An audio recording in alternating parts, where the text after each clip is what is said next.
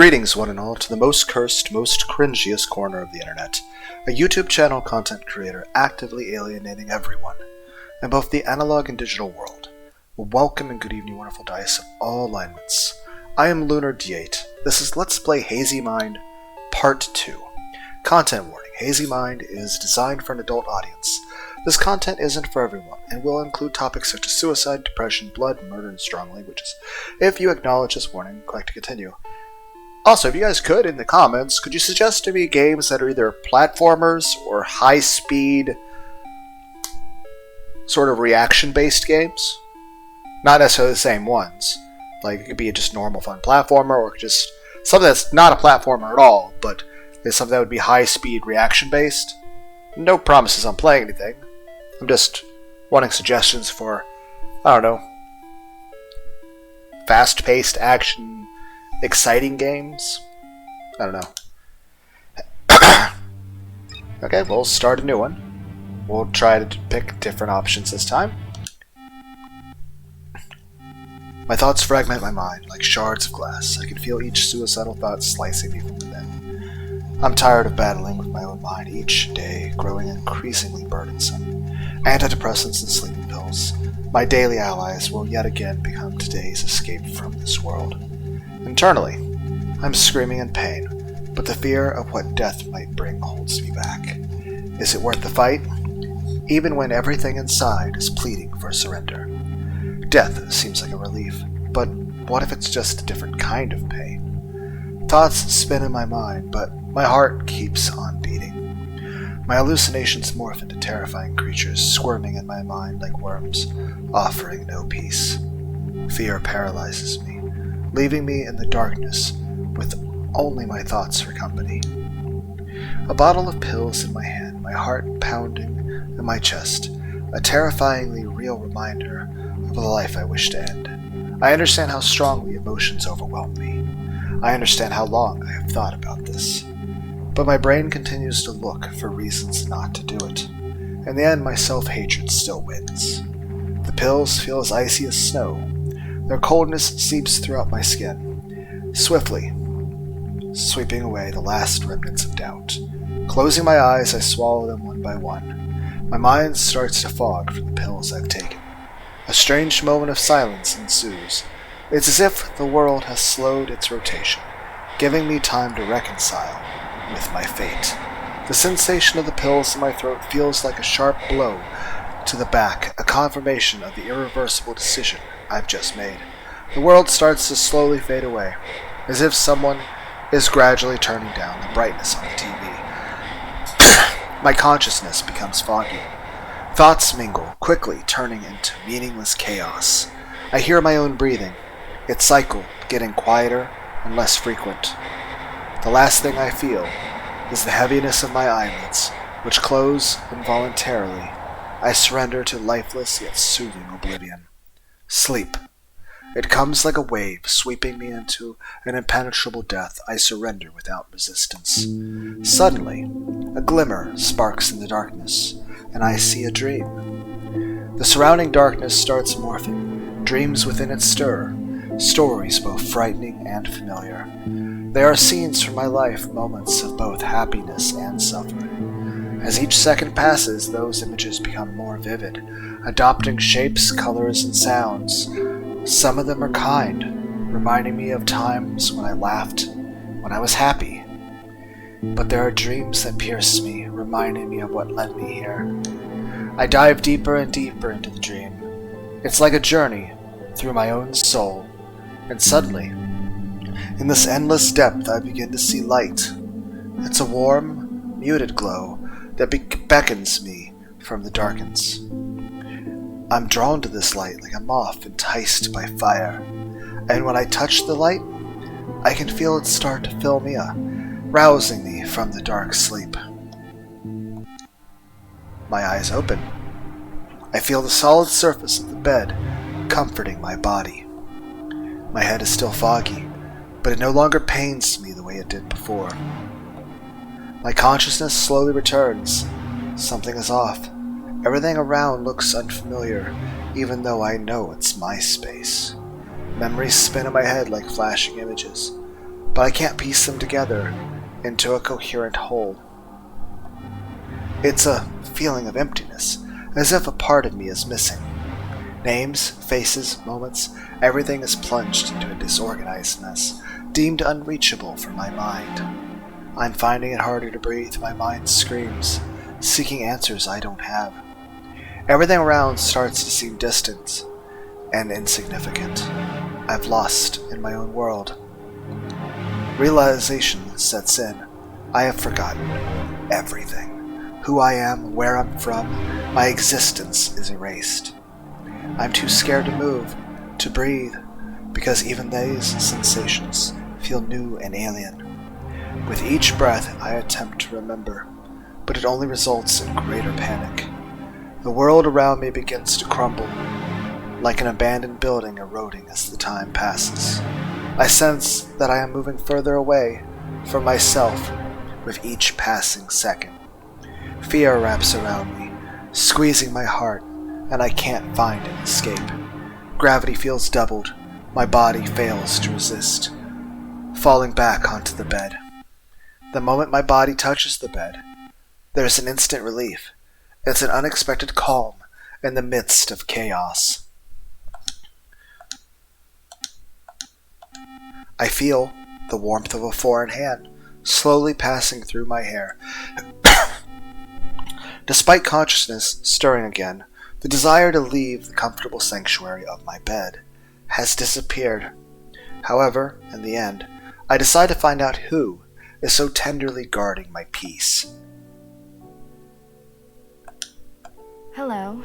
You've finally woken up. You must be feeling lost and confused right now, unsure of where you are and who I am. Don't worry. I'm here to help you. I need to tell you something that might be hard for you to hear, but it's important that you know. This isn't the first time this has happened. You've woken up with no memory before. Every night, your memory is reset. You cannot remember yesterday or any day before that. After a failed suicide attempt, you went through a lot of stress, and that's why you can't remember things. Oh, I forgot to introduce myself. My apologies. My name is Marana. Your mom hired me to look after you, as every night you wake up, oblivious to the world around you.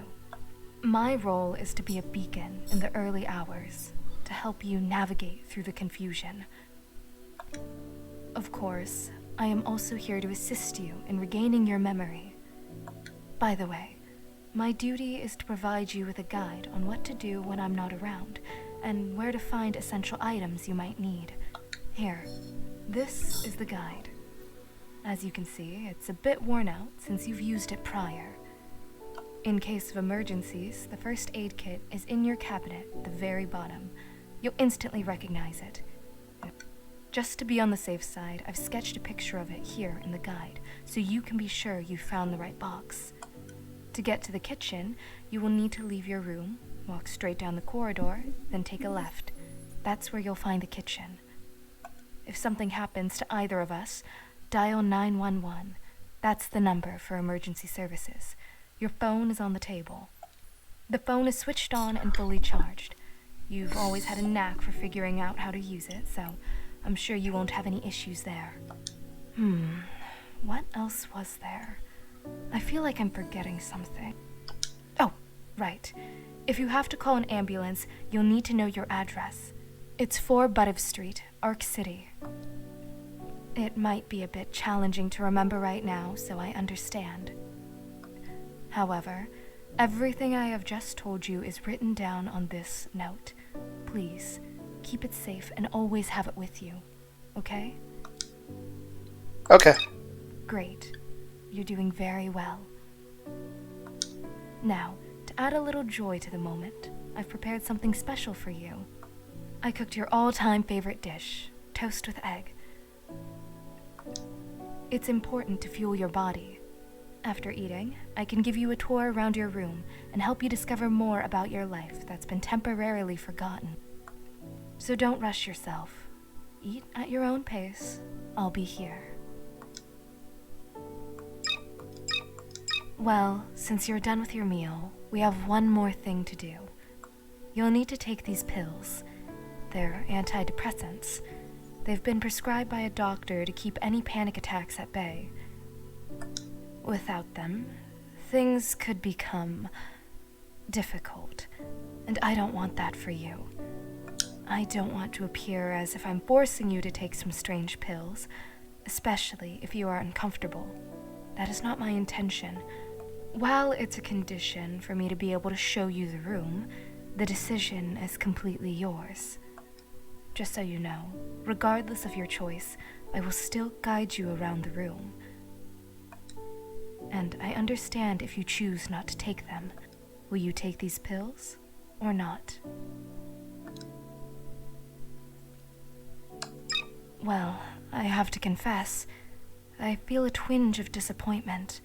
Because you see, when we begin to explore your old belongings, you'll likely face a deluge of emotions. And this emotional onslaught, it could simply shatter you, triggering a panic attack and potentially causing you to faint.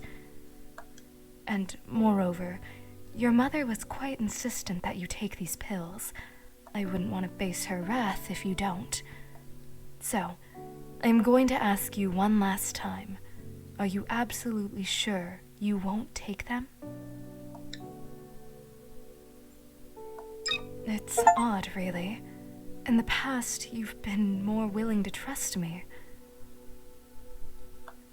But now, for some reason, you've decided to reject both my advice and your mother's. I find it deeply saddening, because I am responsible for you, and I bear the weight of your actions as well. But I won't impose on your decision. So be it. No pills for now. We'll still inspect your room, though. I made a promise, and I intend to keep it. You will see every nook and cranny of your space. But before we can embark on that journey, you need to get out of bed. I see that it will be difficult for you to get up, and you'll certainly need my assistance. Give me your hand so I can help you rise. I understand that you are curious and have many questions. Let's do a question and answer session before we check out your room. Choose your questions carefully, because I won't answer them a second time. Of course, you can save and revisit these questions, but where's the thrill in that? Trust your initial instinct. That's my advice. So, what do you want to know?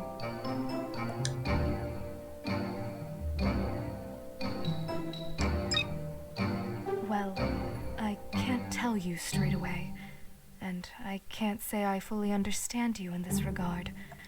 You have a loving mother, your own room. I believe you should have valued this more. You even had friends and popularity. In some ways, you were fortunate in life. However, that's just my opinion.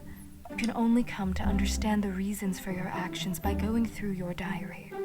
Only then will you better understand yourself. Right now, we are in the question phase, and soon we'll move to the room inspection, and then you will find out everything about yourself. Do you have any other questions?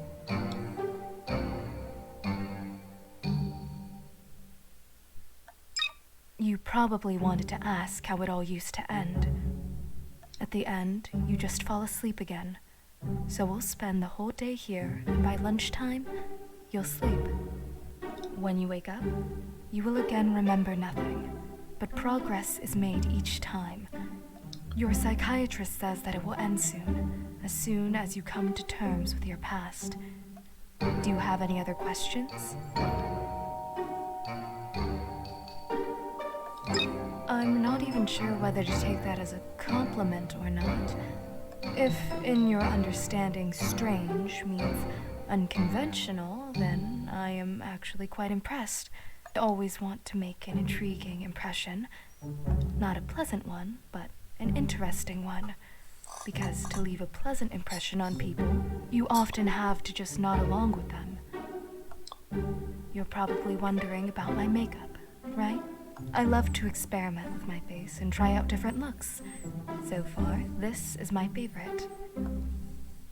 You should enjoy life and do what you like without worrying what others think.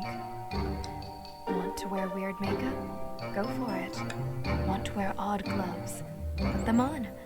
Yes, people might give you odd looks, and yes, they might judge, but so what? People who pass you by won't remember you in 10 minutes. And I won't stress about it. Those unfortunate 2 minutes of judgment can be endured. It's true what they say. People love to talk about themselves. Sorry. Do you have any other questions?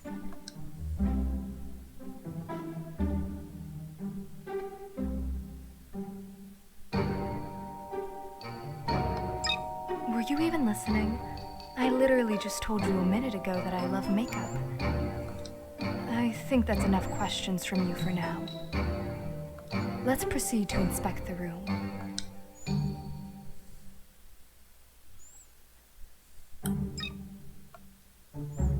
This is a poster of a rock band you liked as a child. You know, you used to buy these posters and stick them up, but later on you thought it was a bad decision.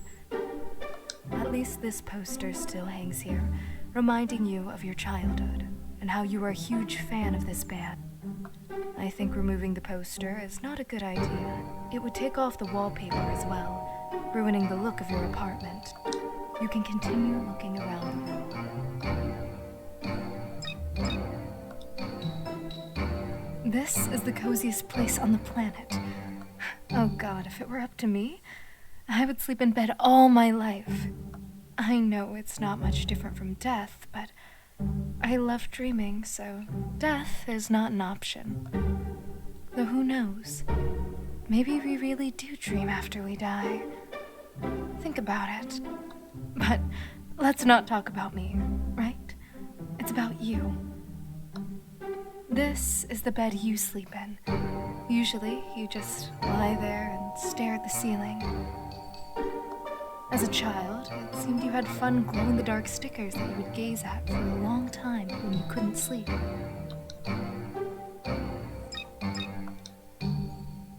Another poster, but this one you bought when you were a bit older.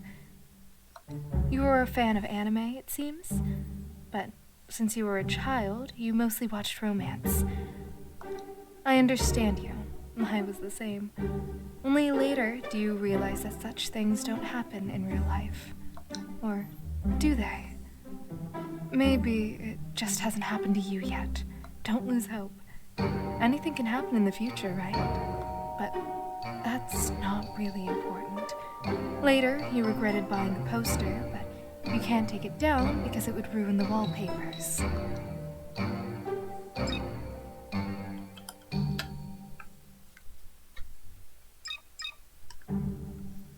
This is the plant your mom gave you for your birthday. It's surprising it's still alive after so long. Just kidding. It's really because you've always taken such good care of it. Good job. Lately, with your health troubles, it's your mom who's been looking after it mostly.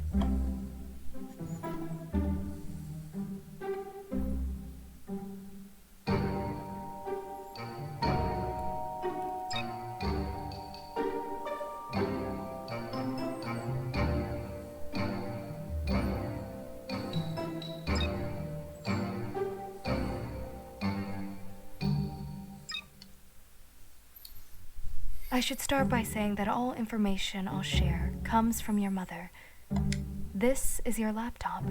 You enjoyed listening to audiobooks and playing games. You also use the laptop for your studies. You even made friends online to play games with. This laptop is like an extension of you. You practically spent all your time on it. As soon as you left school, you initially spent a lot of time on your laptop. Apparently, you were attempting to isolate yourself from reality and its consequences. But soon after, you grew tired of it and stopped playing video games. I'm not sure if it was a good or bad decision, but it definitely changed your life a bit. By the way, you can look into your laptop and see what's there. Want to check? You can continue looking around the room.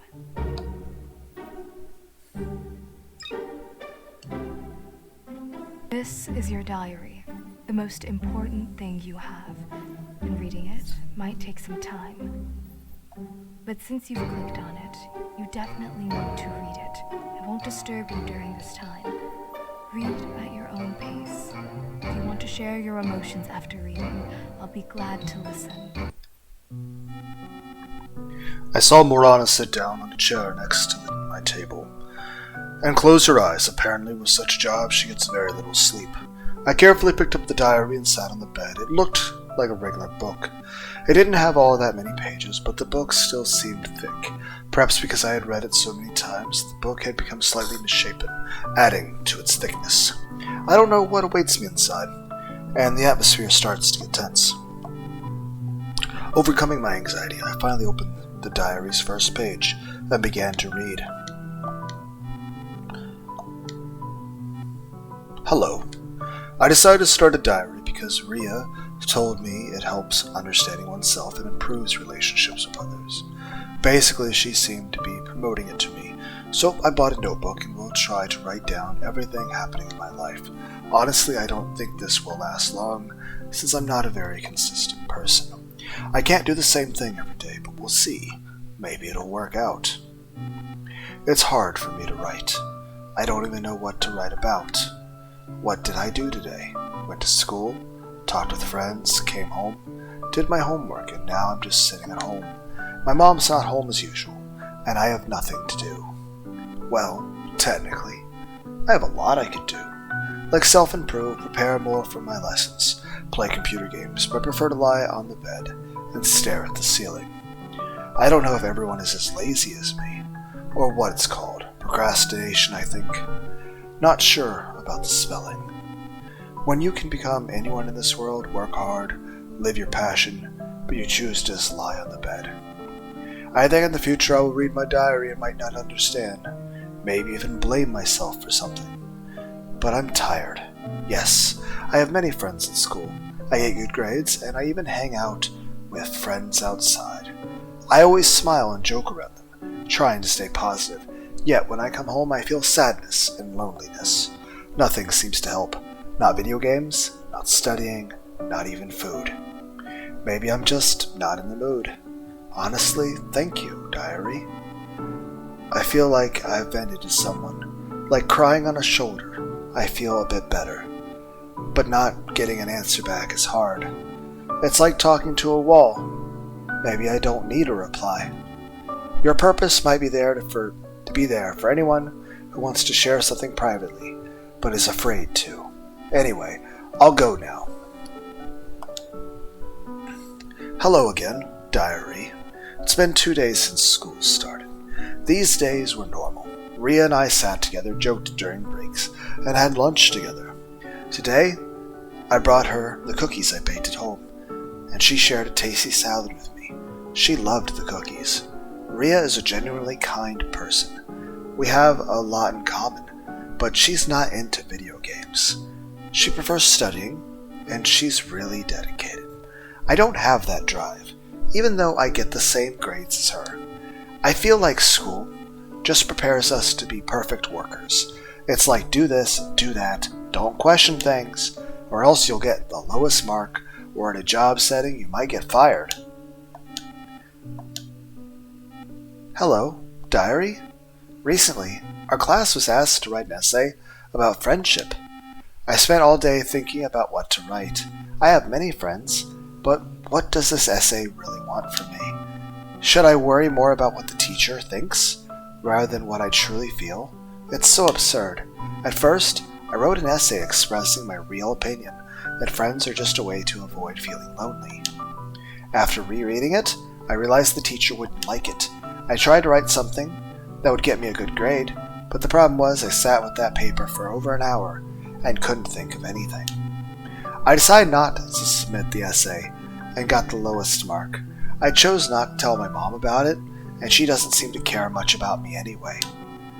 If I had submitted the essay with my honest feelings, they might have sent me to a psychiatrist or even suspended me from school. That's life. Hello again. Sorry for not writing for so long. Nothing new happened. As usual, I hung out with Ria, played video games, slept, and of course, went went to school, but something happened recently that threw me off. As I mentioned, I have many friends, including guys, and mostly play video games with them. And recently, one of the guys confessed his feelings to me. Diary, you can't imagine my surprise. I mean, I've seen some girls flirting with guys, and vice versa, but I always set boundaries, and no one ever flirted with me. I never cared about such things, and never even thought about it. But for the first time in my life, someone confessed to me. He just said it, honestly and openly, feeling it wasn't fair to keep a secret from me, and wanted me an honest answer. I don't know how to respond to him, because I don't feel that strong love described in movies or books. Still, I'm really flustered by all of this. I'm even embarrassed to write to you about it because I'm usually so down when I talk to you, but now I'm smiling as I write this. If it feels so unusual. Hello again. I remember the last time I wrote about the guy who confessed to me. Well, we are seeing each other now. It's not like we're officially together and acting like a couple. We're just hanging out and getting to know each other. Throughout this time, I realized I like him. I'm now really worried about what will happen next, since he hasn't asked me about my feelings yet. But if he does, I'll be so embarrassed. All of this is overwhelming me. Lately, I seem happier and even started turning down Ria's offers to hang out. She's quite puzzled because I haven't told her who I've been spending time with, but I think she suspects I have a boyfriend. She even started teasing me about it. To be honest, I'm a bit scared. Soon, we'll be applying to colleges, choosing our dream professions, or staying in school for 2 more years. I think I'm not very sure about what I want to do, so I'll stay in school for another 2 years. Thoughts of the future upset me. I don't want to think about it. I've got a strange feeling that something's wrong with me. I love to draw, especially different creatures.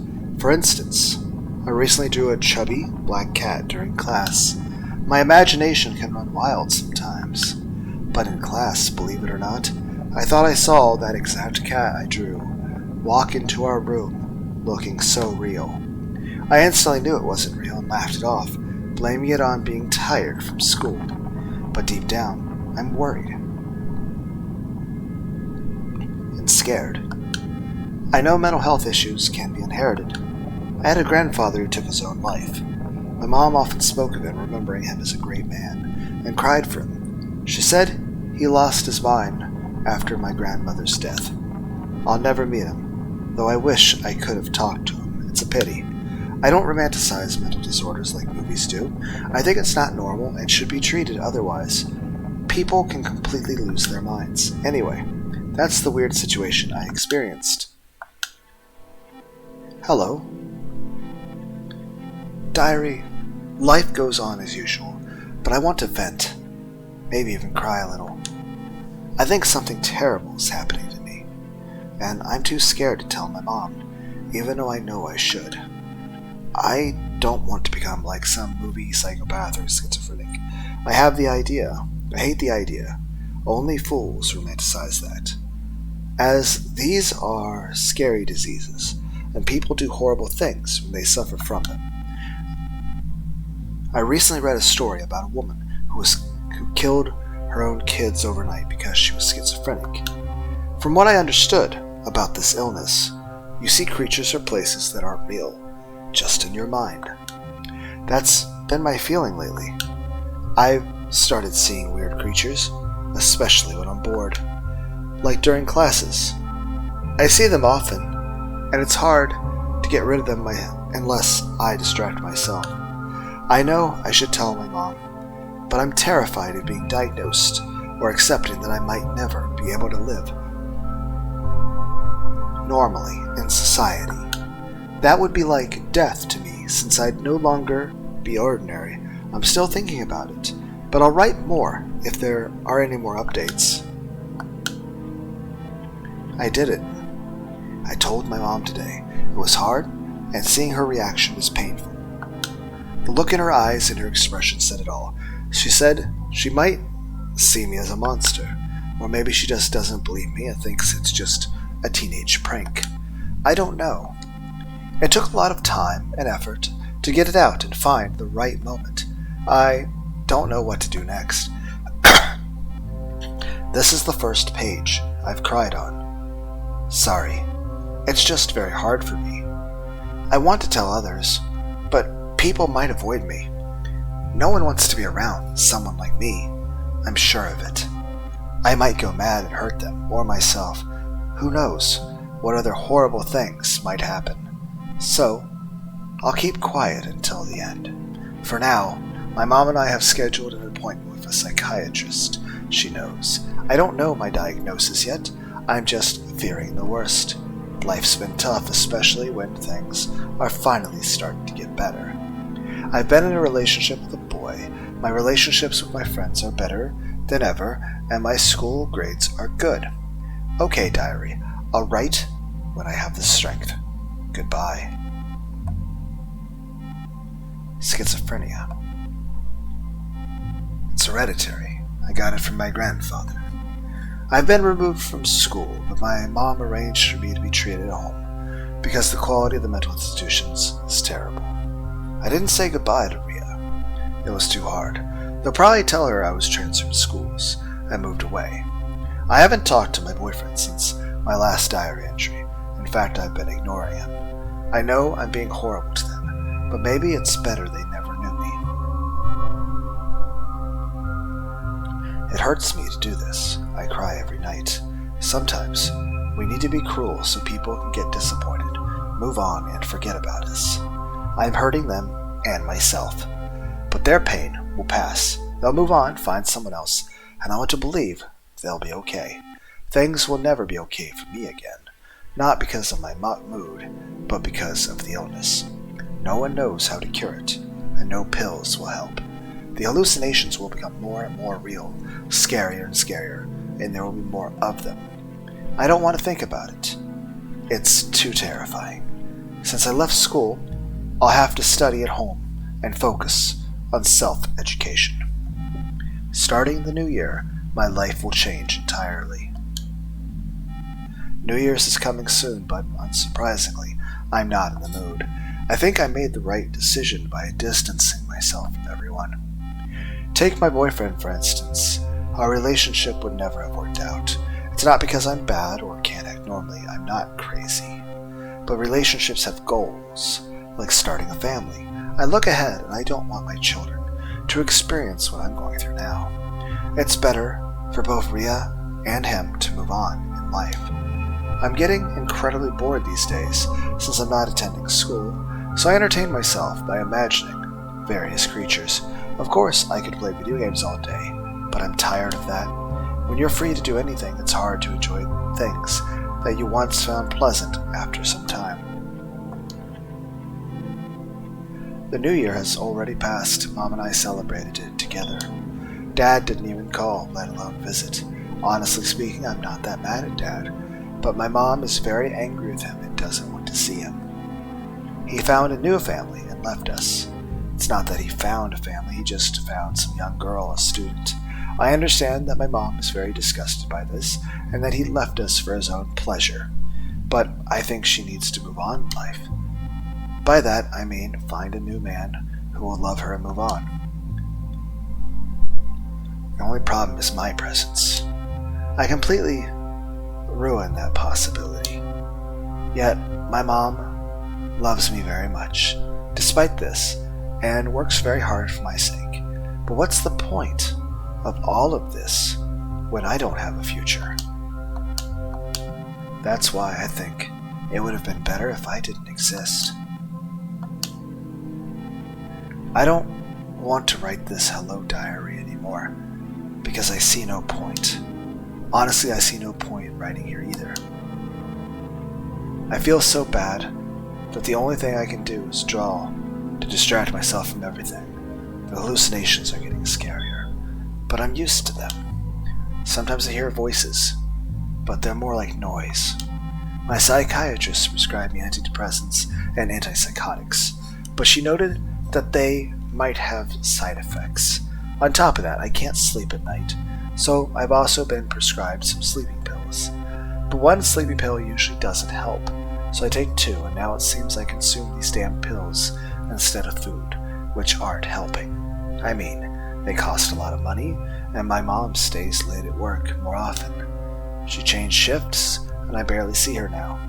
I feel terrible because I fear that these voices will become more than just noise, and I'll start listening to them. I don't want that. I don't want anything. Well, hello, diary. Yes, I wrote earlier that I wouldn't write like this, but who cares? I drew some works, and we'll paste them into you now. I hope you like it.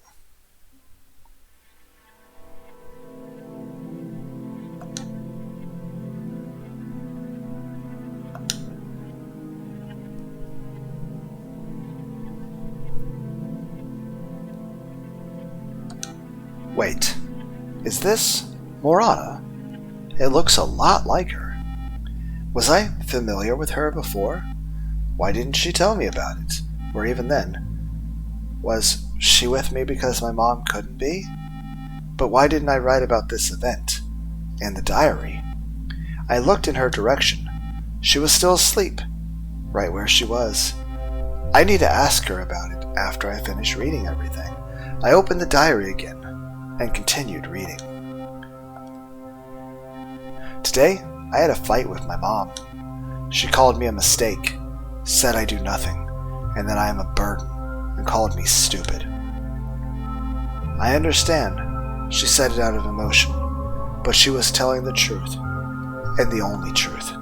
I have no friends, no job prospects. With such a diagnosis and all I do is take pills that cost an incredible amount of money, and don't even help? I can't even talk to anyone. I can't tell strangers on the internet about my diagnosis. It would look like I want pity. I just want to confide in someone, cry on someone's shoulder. But what's the point? If I cry, will everything suddenly become good? No.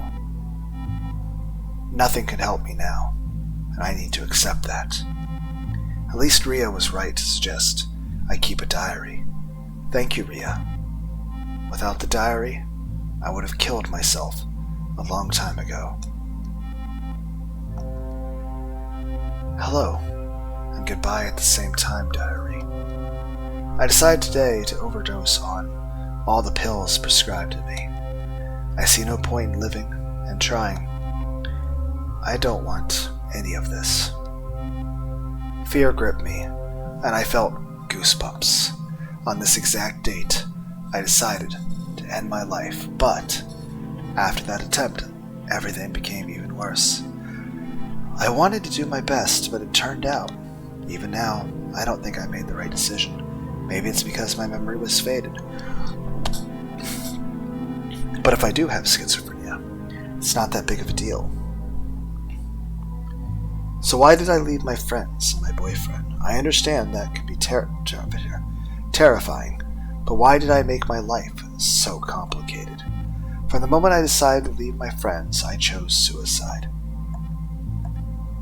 Okay, that should not be the main focus right now. What's important to me now is to find out who she really is and how her drawing could have been in my diary. I closed the diary and approached Morana. She ignores me and doesn't wake up. I felt goosebumps again. I couldn't breathe. I'm really scared to touch her. I don't know. I'm very afraid. I can't see her face while she's sleeping. It was covered by her hair. But I had no choice. I gathered courage and touched her. She quickly grabbed my hand with her terrifying black hands. I still couldn't see her face. I try hard to break free from her grasp, but these attempts are unsuccessful. Visions start in my eyes, and I begin to see weird monsters laughing at me. Their voices echo loudly in my head, and I can't say anything. Morana starts squeezing my hand tighter. Oh my god, how can someone be so stupid? I just can't anymore. Where is your intelligence? How can someone be like that? Haven't you tried thinking? I am not real, and even a fool would understand that, right? Even someone who hit their head 100 times could figure that out. But the nonsense in the diary that you made up, do you really believe all that? I understand it's a very sad story, but even this sad story is made up by you. Why invent such a tragic story for yourself? For a friend and a boyfriend? You hate the truth, don't you? Well, think about it again. Truth is, you never had any friends. You didn't have a Rhea or a boyfriend either. You made them up. Just like you made me up. Practically everything you wrote in the diary is not true, but fiction. Think about it again. You write in your diary about how your boyfriend and your friend ignored the fact that you suddenly disappeared. What nonsense is that? Think if you really had friends and a boyfriend, they wouldn't know where you live? That sounds illogical. Very illogical. Damn it, illogical. Do you really think they wouldn't visit you if you suddenly disappeared? Something like, oh, my best friend disappeared without telling me anything, and I'll just do absolutely nothing. Or, yes, I love her, but she disappeared and I'll just accept it. That sounds stupid. Don't tell me you actually believe they would continue their lives with your disappearance. Even considering that you're in school and you are practically children who can't do anything in this situation, your friends or your boyfriend wouldn't abandon you. They would try to find you. Something might have happened to you. Do you understand what I mean? But unfortunately, all of this is just your imagination. No one is going to look for you. In reality, you're just a lonely girl with schizophrenia and a bunch of psychological disorders who doesn't leave her home. You've had this illness since childhood. You didn't go to kindergarten or school because of it, and your mom kept you at home. You hardly saw the sunlight in your life. Not that it's her fault. She was scared to let you out among people because you always acted strangely, and other children always laughed at you and bullied you. Your father left your family not because of some student he found, but because of you, and you know it. It's all because of you. You've gotten too caught up in your own play. I'm tired of being in it. I'm leaving. Stay by yourself and enjoy the solitude, since you love to suffer, right? Morana got up and left, slamming the door loudly behind her. She appears upset, even though she was also angry. I'm somewhat confused by what she said. It doesn't fully register in my mind. Should I go after her?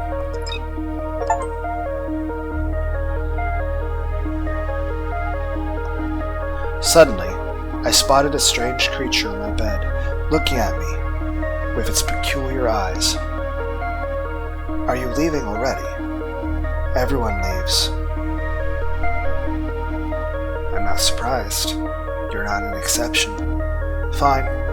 I release you. Go on. Just be careful, okay? A strange yet unexpectedly charming monster. But I'm off to follow Morana. I'll return to this creature later.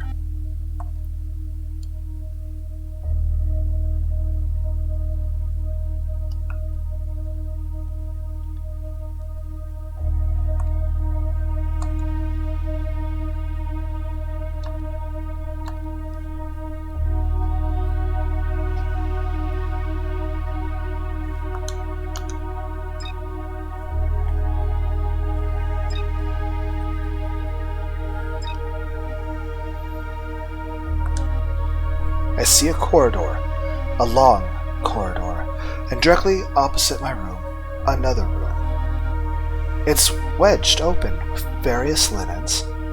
That's odd, but maybe Morana went in there. At some point, I became fearless and pushed the door open.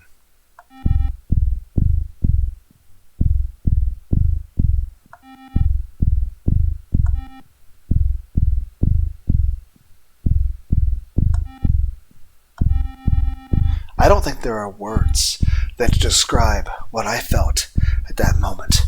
I was dumbfounded. The smell was revolting, and out of horror I covered my face with my sweater. I don't understand. Who is this? What is this? Suddenly, I hear the sound of grinding teeth coming from behind me and sense something approaching. Why are you so afraid, darling? Can't even turn your head. Am I that terrifying to you? You are insulting me with this kind of behavior. If you don't turn around in 10 seconds, I will kill you. I am counting.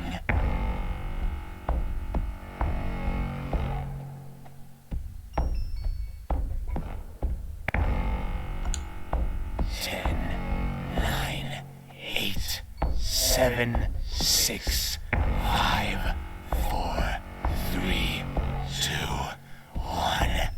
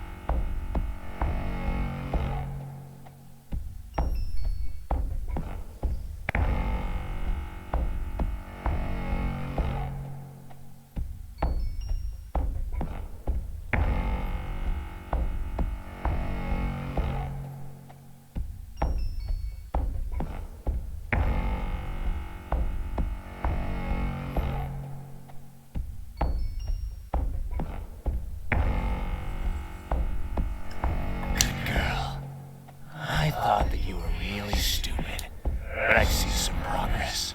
Oh, well. Who do I see? A little girl, lost in her own mind. Did you get lost, dear? It must have been very scary to see what you saw. I understand you like no one else. It's okay. Sooner or later, this was bound to happen. What you see is your mother, or rather, what's left of her. Ah, yes. Who did this to her, you ask, right? You did. You did this.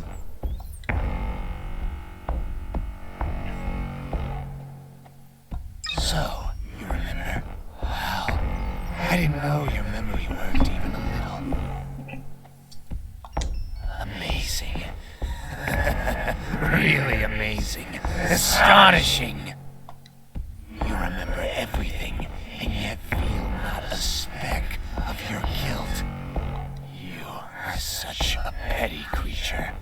The most pathetic I've ever encountered. Decided to play God and take people's lives.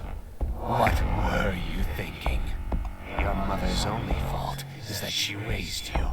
An ungrateful pig. I don't see enough despair in your eyes. Do you really not care at all about what you've done? Don't you believe me? Or do you need proof? I understand. It's hard to admit and remember your crime. Better to remember nothing and feel no guilt, right? But you're lucky, because I will gladly show and tell you everything in detail. I'll open your eyes to the truth. It was a regular evening, and you had a fight with your mom. You had been arguing quite a bit lately, mostly about trivial things, and it no longer surprised you. You had gotten used to it. But at some point, your mom began to lose her mind with anger towards you. She got so angry, she started hurling terrible insults at you. She kept repeating one word. Wretch. Perhaps she said more, but all you could hear was the echoing word. Wretch. Let's talk more about how exactly you killed her. You don't remember? No? Look, do you see the broken vase on the floor? With that vase still filled with flowers, you tried to kill her as she turned toward the window. Honestly, you hesitated at first, but after grabbing the huge vase and hearing her insult you, you seemed to get a taste for it. I was telling you to do it at that moment. You know, had a bit of courage, since you were always too timid to take bold actions. And at one point, after mustering a great deal of courage, you took a last breath before... Boom! Your mom had no opportunity to grasp what happened, but you missed when you threw the vase. Like I said, you're not good at this. But wait, what happened next? Your mom looked at you, not fully comprehending what you just did. Scared, you ran to the kitchen. Or maybe you wanted to run away from home. I'm not sure. Your mom chased after you, not understanding what was happening. You're in the kitchen. Your mom's in the kitchen. But there's a difference. You're standing next to a branded, huge, sharpened knife, which you take in your hand. And you point it at your mother. Your mother, naturally, is in total shock.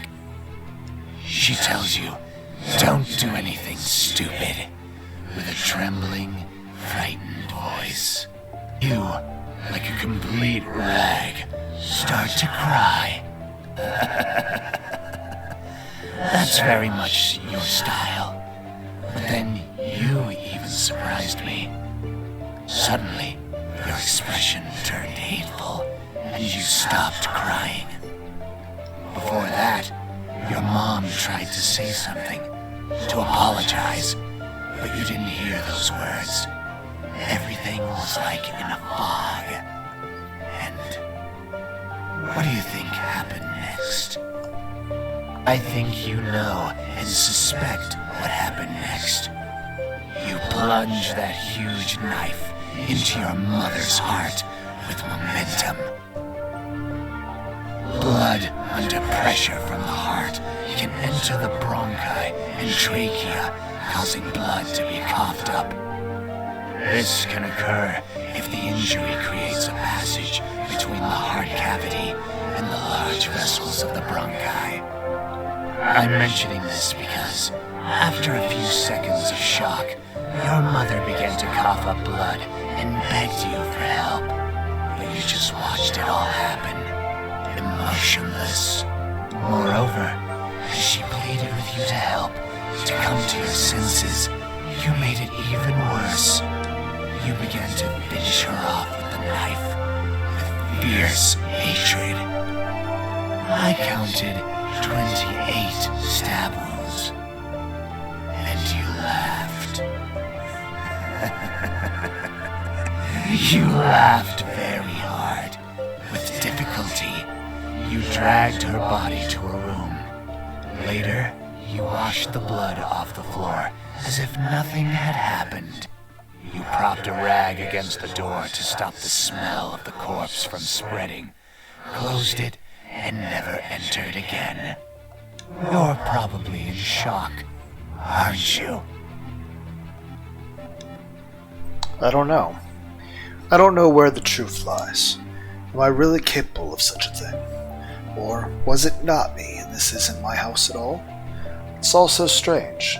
My head hurts. It hurts very badly. It's splitting. In the last second, I just saw darkness before my eyes and collapsed to the floor, hitting my head hard.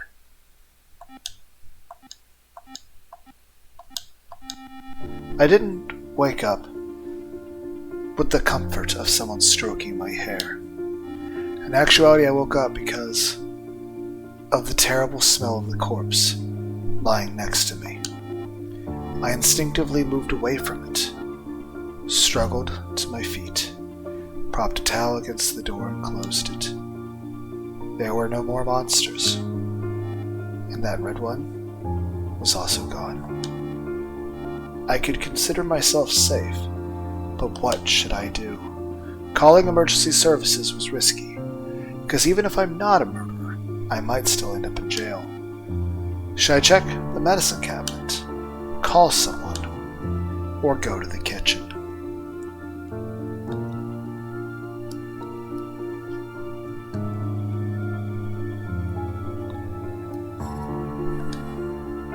But for what reason? What else can I do? I honestly don't know.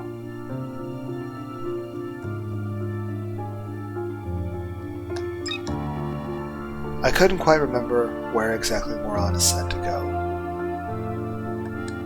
Which way should I turn?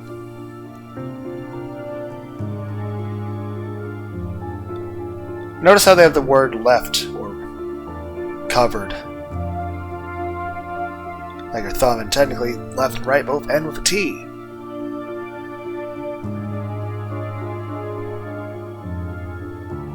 So, left would be the kitchen, but I wonder what right would take us. I guess it was the right answer because there was a real kitchen. There wasn't much food in the fridge, just basic stuff. The only thing that caught my eye was a huge knife in the middle of the kitchen. But the knife wasn't bloodied, and it seemed like no one had used it. Just in case, I took it for self-defense and went back to my room. But what use was the knife to me? Why did I even need to take it?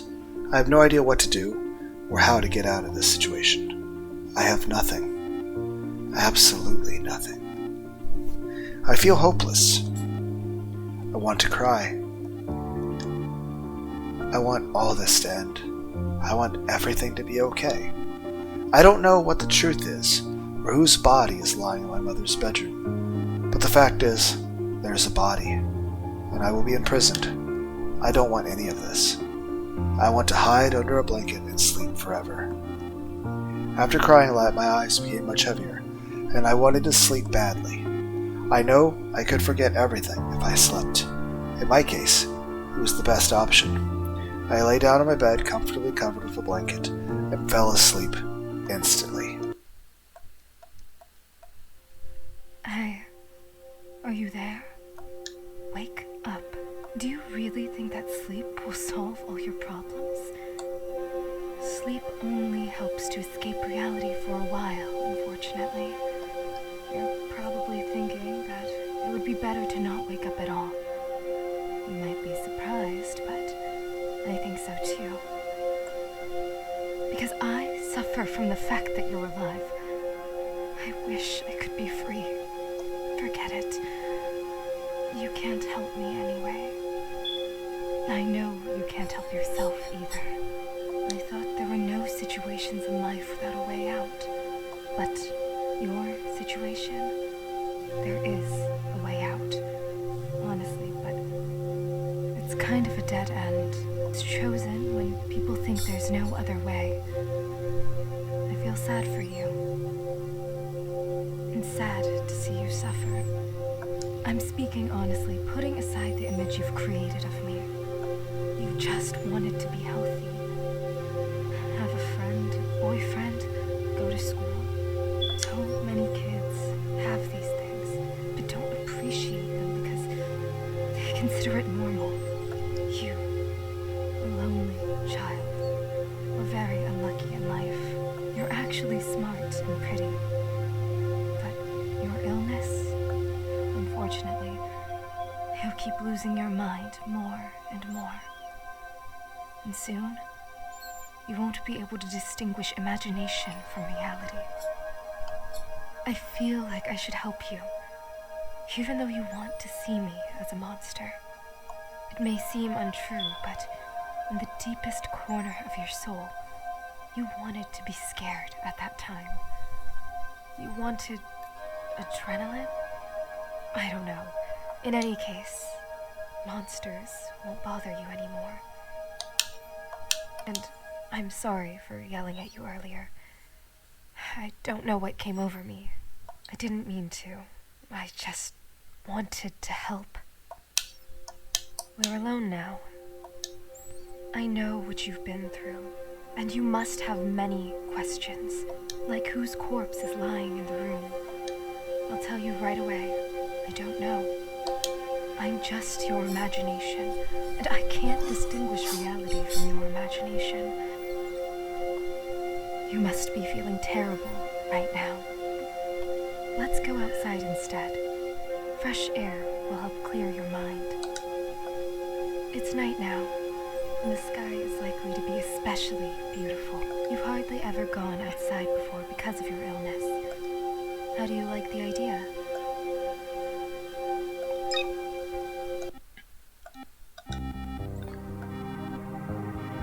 Oh, I forgot to read. We quickly got ready and went outside. My house looked very ordinary, surrounded by other houses that seemed abandoned. The streets were empty. Miranda and I walked a bit away from the house and saw a huge field of dewy grass where we decided to lie down. What a beautiful sky. It feels like the stars are trying to talk to us. They twinkle so fast, as if they're sending a signal. Or is it aliens? Just kidding, just kidding. And the night air smells so wonderful, combined with the slight chill. Don't you agree with me? Strange, but I understand you. After what you've been through, you clearly don't trust me. Honest, we didn't just come outside to enjoy the weather. We need to talk. About you. About your dreams, regrets, and thoughts. It's very sad for me to say this, but the end is known. And I think you understand what I mean. I'm selfish, trying to sweet-talk you when I myself want to break free from the shackles. But I think you also believe this is the way out, right?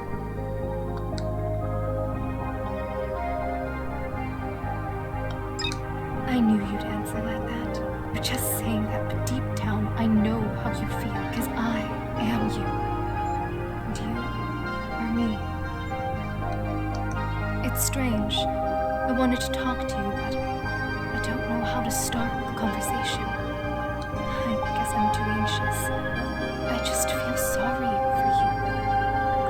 And I don't know how to help you. There's nothing in the world that would help you, and I know how lonely you feel. You're not alone. You have me after all. You always talk to me when you wanted to get something off your chest. You're a kind person who wouldn't hurt a fly. And I know you have no one to talk to. Even your mother, she was always too busy to talk to you. Video games will never fill the void inside you, and I understand how much your existence in the world torments you. Sometimes you feel it would have been better if you were never born. Even in the event of your death, there's no one who would cry for you, right? That's the most saddening part. Usually it's only family and close ones who hold you back from the edge. But you have no one.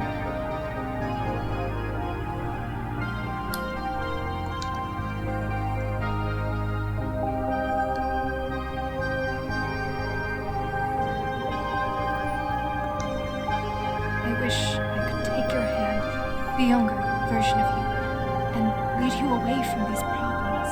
That version of you that still doesn't quite understand what makes them different from others. To make you a healthy child. Imagine your life if that were true. You would have a friend, a boyfriend, a loving mother, and a very bright future. It's what you always wanted more than anything in life. Though these are simple things, aren't they? People on the internet, they don't quite fill the void you have inside. Some just disappear without a trace. They delete their account forever, or they just remove you from friends. They start ignoring you as if you were never friends. They all leave. Absolutely everyone. No one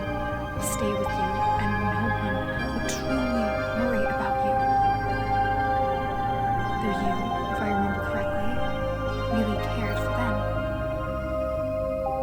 Sometimes it seems that all people are cruel by nature. They will betray you at the right moment to make it even more painful for you. Io was such an example for you. That's her nickname online.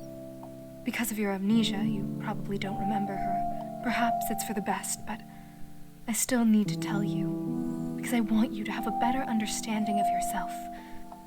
When you were a teenager, you actually had many friends online with whom you often spoke. And since you were children, you shared everything that happened in your life. You became friends with Io shortly before your 13th birthday. You became practically best friends, and you knew about Io's problems in life. Everyone had problems, and you worried about Io, and even cried when she was hurt, always trying to support her. When she was at the toughest moment of life and death, you saved her. But could she do the same for you? Obviously, she didn't do that for you. She just deleted her account at some point when you wrote to her about your problems. Since you knew her by heart, you easily found her new account. She added all the friends from the previous page there.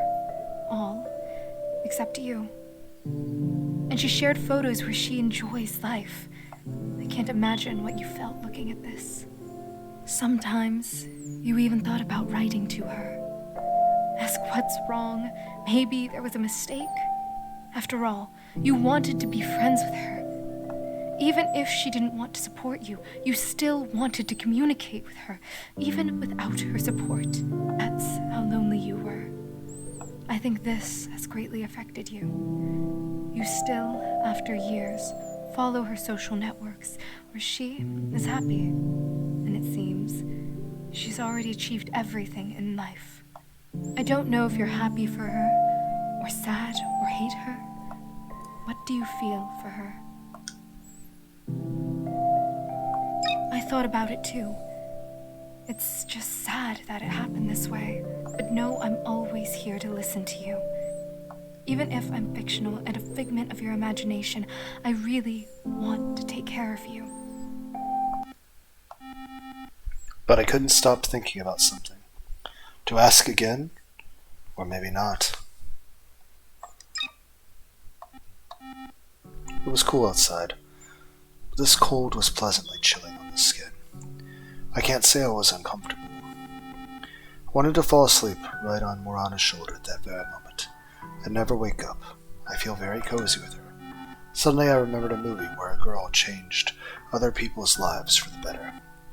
Even though she was an introvert, she was happy for other people. I would like to be that kind of girl, to be positive and help others, despite everything not being great for me. Because in the end, other people also helped her. Or, I would like to be a movie director and create movies and help people write books. I love writing stories. You know, I could be a movie screenwriter in an alternate life. That sounds very interesting. Don't make me laugh. Many want it, but only a few achieve it. But imagine how cool it is to come up with a story that deeply affects someone, where it changes their life. It would be the greatest achievement of my life, to change someone's life for the better. For the better? That's a subjective concept. Good and evil are subjective. Well, I have standard concepts of good and evil. Even so, everyone has different standards. What seems for the better to you might seem for the worse to many. You understand what I mean? But then, how do I understand it? What is good in all senses? Not at all. Every person is different. What can you do? Someone engages in charity, and for them, it's good. While someone else kills people and considers it charity, as it frees people from a terrible life. And who do you want to be? Me? Well, you came up with quite the question. How can I handle it? I'm not so thoroughly thought out as a personality. Whatever you come up with, that's what I will be. I don't know. I think you could be a doctor. You're very calm and intelligent. Are you kidding? Can you imagine me in that doctor's attire? That's too funny. Haha, yes, I imagine that you really would be very amusing. But you look so real, as if you have your own secrets. And you're unusual, ambiguous, I would say. I still haven't figured out what role you play in my life. You seem both good and bad at the same time. I don't know. Thanks for the compliment, but because you still can't decide who I am for you, you don't know yourself. How can you create a constant personality for me? By the way, how can I distinguish what's real and what's not? To distinguish, you need to think. Assume something. Think critically. What could really happen and what sounds illogical and unrealistic? Only in the end will you find out what's true and what's not. So, just believe what you believe. Actually, I'm very comfortable with you. I could probably spend a whole lifetime like this. It'll be hard for me to part with you if I do. You know what to myself. No, it shouldn't. You're liberating both yourself and me. You're doing a good thing. Well, we could lie and talk like this forever, couldn't we? I don't need anything more in life, just a friend who can listen and support. And I can do the same for you. We can't talk like this forever. We'll run out of topics before an hour passes.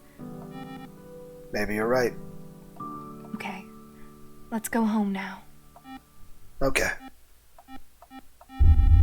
As soon as I set foot on the threshold, a storm of emotions suddenly overcame me. I began to think about my future, and each thought pierced me into pieces, knowing that I won't achieve anything in life. I will be nobody. Such thoughts often bring me down to earth, reminding me of my worthlessness. What happened? Why did you stop? What are you thinking about?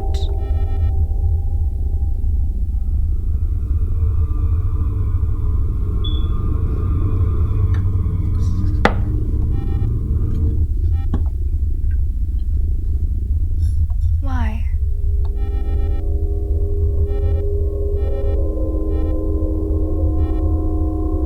A sensible decision. Thank you. For freeing me, for no longer having to be obligated to you.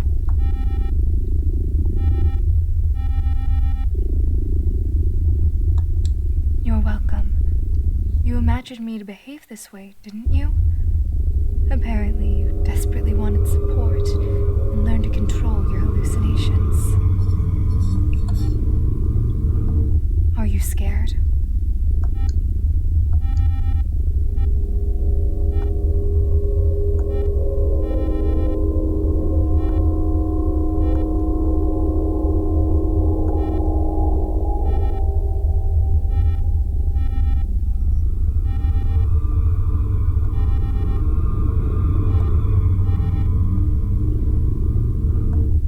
No. How can everything be good for you? You will never cure your schizophrenia no matter how much you want it. Even if theoretically possible, you would still have mental disorders that would still serve as a catalyst for suicide. Or am I saying something wrong?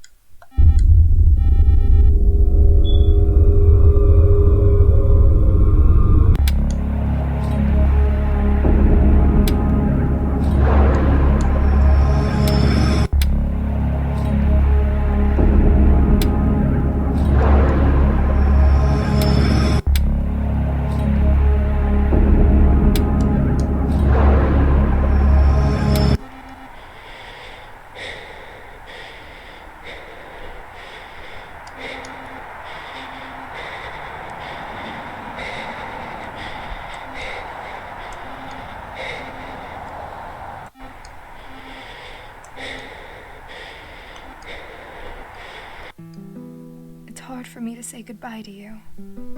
I think we could always be together.